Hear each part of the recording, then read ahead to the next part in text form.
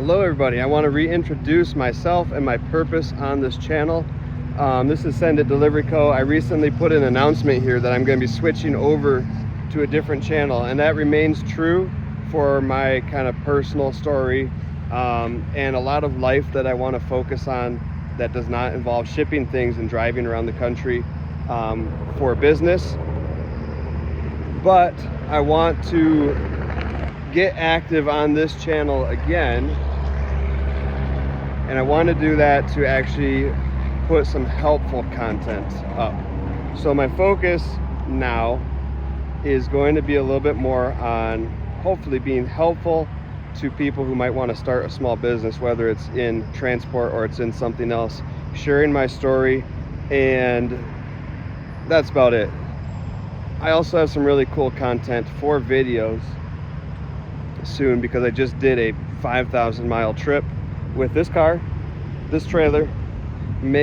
I'll have to look at the numbers, I have to look back at the numbers. I think the total payouts is sitting just over $4,000 on this, in a semi truck, in a pickup truck, even with a big trailer. Under $1 a mile is probably not something you want to accept as an owner operator. The amount of money that's actually going in your pocket is debatable, depending on how you factor expenses and how you account for expenses and what you consider an expense specific to doing the job.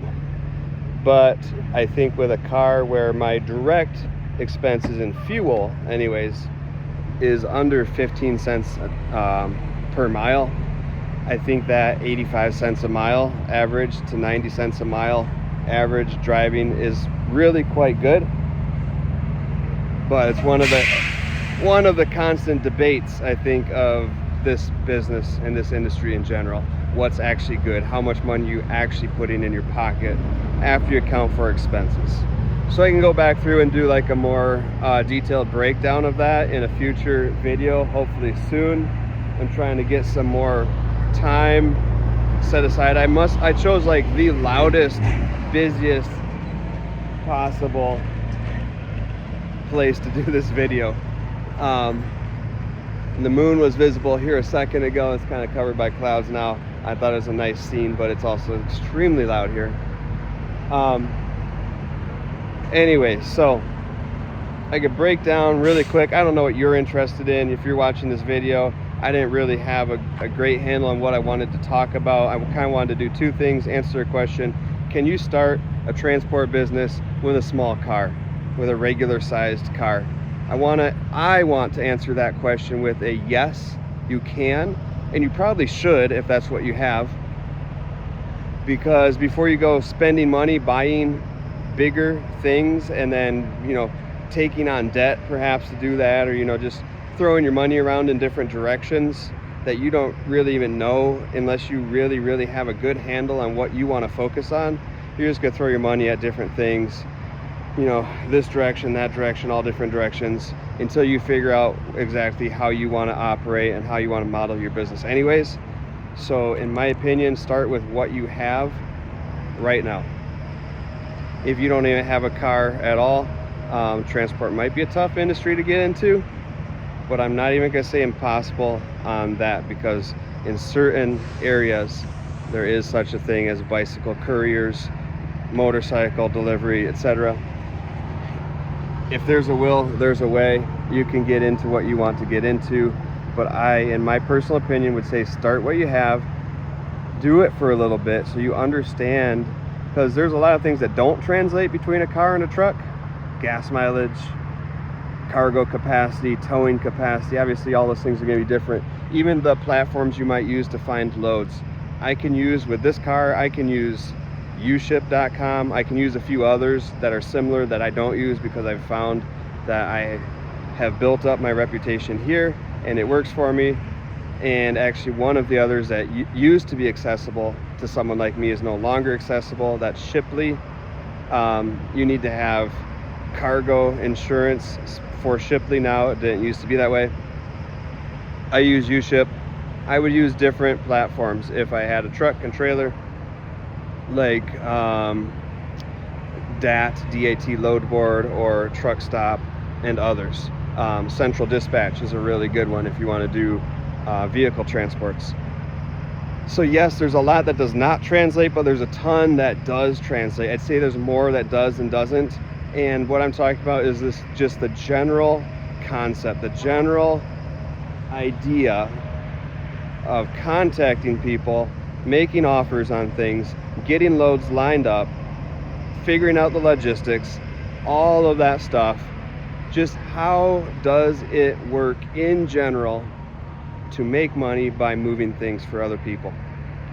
That you're going to get by doing it with any vehicle, and I think you should get that before you go spend money to buy different equipment. So that's one aspect of this video I wanted to focus on. The other one is, how much did I make with this car? Let's see if I can remember the last 2 weeks off the top of my head. When I first left Michigan, I had 2 items in the trailer. One was a cabinet. I use that term loosely, I don't know what else to call it. It was a piece of furniture that broke down into 2 pieces. One was here, the other one was here. Right between them there was about a 4-inch gap, and in that gap there was 4 sheets of faux marble countertop panel stuff, and they were 4x8 sheets. They both of these items went to California. It was about 45 minutes between the 2 drop-offs. The cabinets paid $1,200. The plywood sheets, or not plywood, the faux whatever plasticized sheets, they were only about 1/8 of an inch thick a piece. They paid $707, and that person tipped me 60 bucks. Then from there I picked up 2 things in California. One was 2 rolls of carpet, basically 2 big rugs that were rolled up, and they went north to Washington. To Oregon. They went to the Portland, Oregon area, just south of Portland actually. That paid, let's get to the important part, that paid $250. I picked up one other thing in California. That was a dining set, 4 tables, 4 chairs, 1 table, and then a few miscellaneous things that she threw in, and that went to Eagle, Idaho. So it wasn't a direct route there, but the pickup was where I was. So and that paid $300, and the recipient tipped me $40. But before I got there, I drove up to Washington State. On the way, I picked up 2 things that are still here in the car. One is this piece here that says prescriptions, and then the other one is in the trailer right now. It's moved back and forth a couple times on this trip. It's a drinking fountain, an antique drinking fountain. Those 2 pieces, I'm not sure exactly what they're going to pay. They're going to pay when I get back to Michigan. Therefore, Dave at Good as Old, if you've been on my channel, you've heard that name a lot. Great customer, really cool guy, really good person, just as a person and as a customer, good to do business with. My quote wasn't quite in his budget, and I said, Dave, I'm not going to not do it for you. Just pay me what makes sense to you. I know you've got a budget, you have a plan, you're going to resell them. Pay me what makes sense to you. I think he's probably going to pay between $250 and $300. That's my guess. But anyways, they were on my route, both pickup and drop off, very little off route, and I'm really happy to kind of do a favor for a customer who's been a super customer, but also I'm still making money. I'm definitely making money on that. It wouldn't make any sense to drive by them and not pick them up. With a customer I'm never going to see again, it might make a little bit of sense just to leave that for somebody else, or to kind of fight for a higher price. But with Dave, I know that if I don't pick it up, he's just not going to get it. There's no negotiating there. It's just it makes sense or it doesn't. Anyways, let's move on. $250 to $300 there. Moving on from that, we're going to try to stay in order here of pickups. In Washington State, I picked up an electric keyboard. I just dropped it off in Chicago today. It will pay $250. They haven't released that payment yet. That's on UShip. You still got to go in there and release that. And where did I pick the next thing up? I think that was all I picked up in Washington State. But then in Colorado, I picked up an antique piece, a really cool corner cabinet, really cool antique, beautiful. I dropped it off today in Rock Island, Illinois, and that one paid $681. It's been released already. Oh, and she tipped me $50. This can get really complex because she didn't book the transport. The seller of the item actually didn't even book the transport. The third-party platform that the seller had the item on, they booked the transport.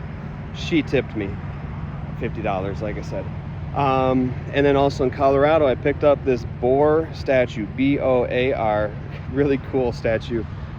Supposedly life-size, but the couple that received it said it wasn't as big as the boars that they saw on their honeymoon, and that's why the boar has a special place for them. Anyways, picked it up in Colorado, just a block from where that corner cabinet came from. Dropped it off today in Indiana just an hour ago, or 2 hours ago maybe ish, hour and a half, whatever. Dropped it off today, and it paid $165. They also have to release that still. All right, trying to think if I'm missing anything. I picked this one up. Yeah, I skipped over something. This came from, been a long 2 weeks. That came from Salt Lake City, just south actually, Taylorsville, I think. And that will pay $450 when I drop it off. The unusual circumstance about this is, A, I couldn't drop it off today because it's Sunday. It needs to be dropped off in Chicago, but on a weekday. And then my customer, another one of my two most consistent customers, so I've done, and not by coincidence, I've done work for both of my most consistent customers on this trip. This one got in touch with me as I was picking it up and said, hey, actually, I might have a big project where I need to move 10 of these things from Indianapolis to Chicago, and I need to move like 3 or 4 from Chicago to Indianapolis, and actually this one will go to Indianapolis if you can do that. And I said, yes, let me get home and price it out for you once I'm home. So this one is kind of a mixed bag because it's not paying me now, and I have to do more driving before I get paid, and more work too before I get paid on it. But also, when that does come about, it's going to lead to 1 to 2 big days of work, which I will probably, no guarantee yet, but I will probably be able to negotiate a price that I'm really happy with this customer. And there's a few reasons for that. I do a lot of work besides just driving on them. I wrap them, I put them on pallets, I strap them to the pallets, I get them all ready to go to meet his needs. And then he also pays me better than most customers would for the mileage, but there's more going into it than the mileage. But that's a nice thing. That's an additional service I can provide, because I can't provide right now a really big truck. So, but still related to transport, I can get paid for other things besides having a big truck, and doing that palletization and all that stuff's one of those things. So anyway, trying to think if I've missed anything here. Here's another random one. While I was working on, actually I broke apart a pallet, and I used that pallet to extend this trailer, which is kind of still doing a little bit, but I had it extended even a little bit further for the rugs, because supposedly one of them was going to be 12 feet. This trailer is only 7.5 feet long, so I wanted a continuous support under the rug. It didn't even turn out to be 12 feet long. I think the longest one was probably 9 to 10 at the most. So it looked kind of goofy with this big long platform extending off the back. But as I was doing that, someone came up to me in the parking lot. He was actually an employee of Home Depot, a driver for Home Depot, and he had just brought somebody a new, what's this called? It's not a steamer, a smoker. This is a smoker. He had just brought them a new one. They didn't want their old one. They asked him to get rid of it. There's no protocol apparently for getting rid of that old item. It still works. And so he, you know, we were chatting. He was actually, this is where kindness can go a long ways, but he was trying to back into the spaces that were nearest to my car, and he barely had enough room. So he's backing up, kind of edging really close to my car. And at first I was kind of annoyed, like, isn't there somewhere else in the parking lot you can find to, you know, back this big truck in? And then I realized, like, oh, I can just be friendly. So I went up and I got in his mirror and I motioned and I gave him the closing gap to show him how close he was, and I helped him to successfully park because it looked like he was a little bit unsure how much space he had behind his truck. So I helped him. And then a few minutes later, after we chat for a little bit, he gives me this old smoker. And initially I didn't want to take it because I was worried I wouldn't have enough room for everything I'm carrying. But that didn't turn out to be an issue, and actually it ended up being great because it fit in here perfectly, and helps hold this in. So this is going to be a resale item. I don't need a smoker. I won't use a smoker. I'm expecting to get 50, 100 bucks seems optimistic, but I think I can get 50 bucks for that. So it's kind of like someone just handed me $50 in the course of doing my job, which is super cool. I don't think I've missed anything. Like I said, I'll go back and I'll do a video where I actually put in the pickup location, the drop-off location, maybe the mileage for each individual item, maybe not, and tally all of that up to see how much I made on this trip. And if I'm forgetting anything, I'll probably remember it because I'll look back through my U-Ship history. But this, without me adding it up right now, I'm not going to go back and try to do that. Gives you an idea of what I got on this trip. And the other thing I didn't mention yet is that I spent 3 or 4 days in Washington State visiting a friend. He's actually a friend who adopted, this is a really, really long time ago, and it's actually kind of amazing, but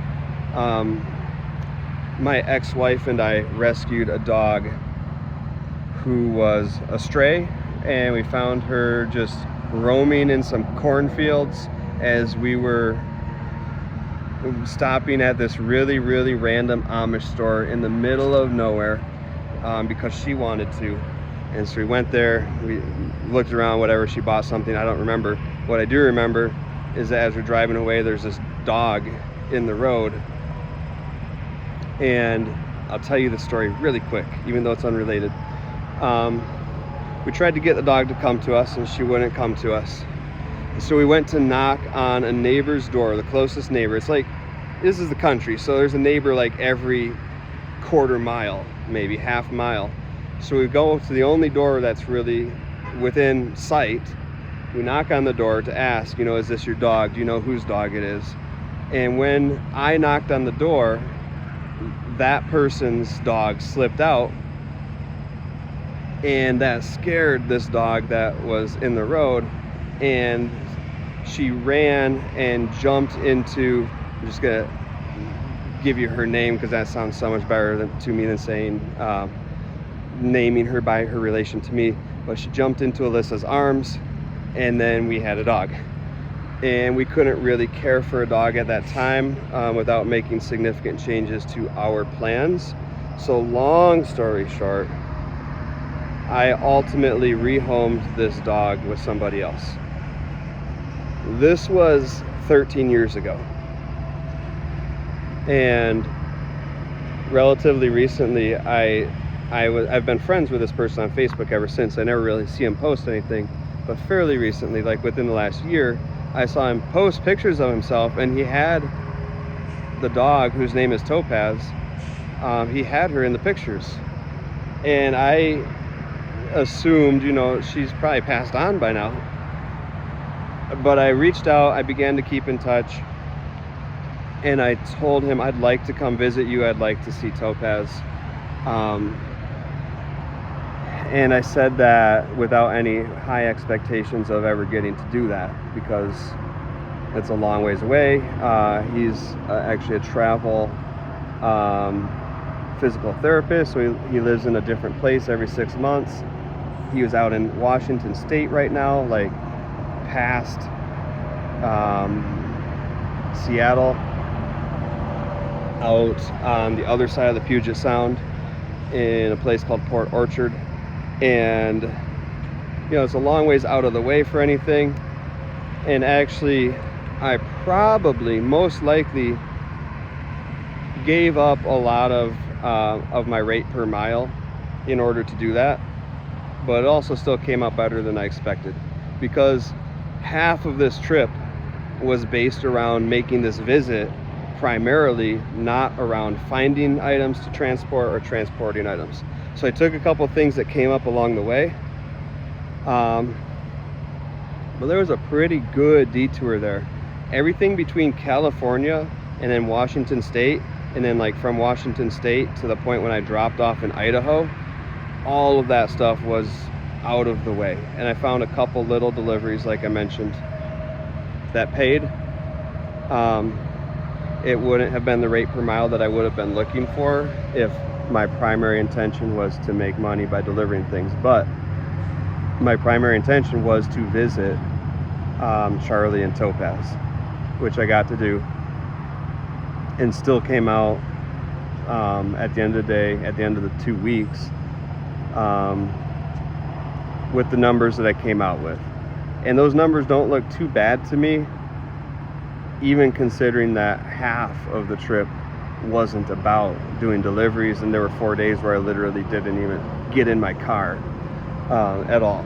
So let's wrap it up. I want to get some fuel. I want to drive the final hour home, but today I'm getting home at, it would have been like just after 10. Now it's gonna be like 10:30, 10:45.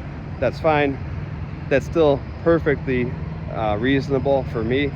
Often on these getting home days, I end up pushing so late into the morning, and this is just the result of good planning, just the result of sitting down and looking at things realistically. And I knew I need to leave Port Orchard, Washington on Wednesday of this week, and I left on Wednesday. And I had been realistic for once, which I would highly recommend if you go into transporting and or anything that requires logistics and planning. Be realistic with yourself. Sit down and don't say I'm gonna drive 12 hours a day and we're gonna knock this out in 3 days. Sit down and say, realistically, I'll be lucky if I knock out 8 hours of the drive per day, because I got other stuff I gotta do. I gotta pick stuff up, I gotta drop stuff off, I have traffic, I have day I'm not feeling good, whatever. Be realistic. I did it this time. It worked out great. I'm getting home. I'm in Michigan. It was still light out when I pulled into Michigan. We still see the sunset. Cannot advocate for that enough, but you know, sometimes it happens the way it happens and you just gotta pull late night. But this is great. I'm super happy with this trip. Thank you for watching. I hope it gave you some insight and something in some way.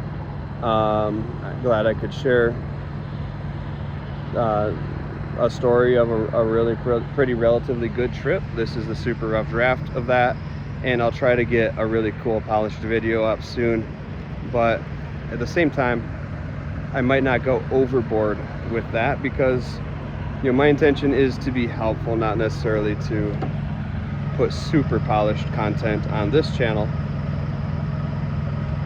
But that'll develop. That mindset will still continue to develop. There's two things I want to do on YouTube. I've been pretty open about that for a while now, I think.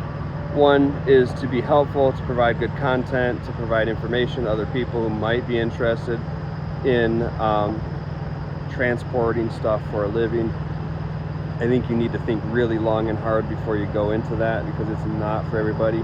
And honestly, if you have a family, please just find something else to do. If you got a wife and kids at home, I don't, I'm divorced. But if you have a wife and kids at home, or a husband and kids, or like whatever your situation is. Hey, I'm busy, I'm sorry. I'll talk to you in a second. No worries. Just find something else. Don't spend your life on the road. But if it's something you want to do, I want to provide helpful content, and I want to make money on it, so that's where making some more polished stuff might come in handy for that goal.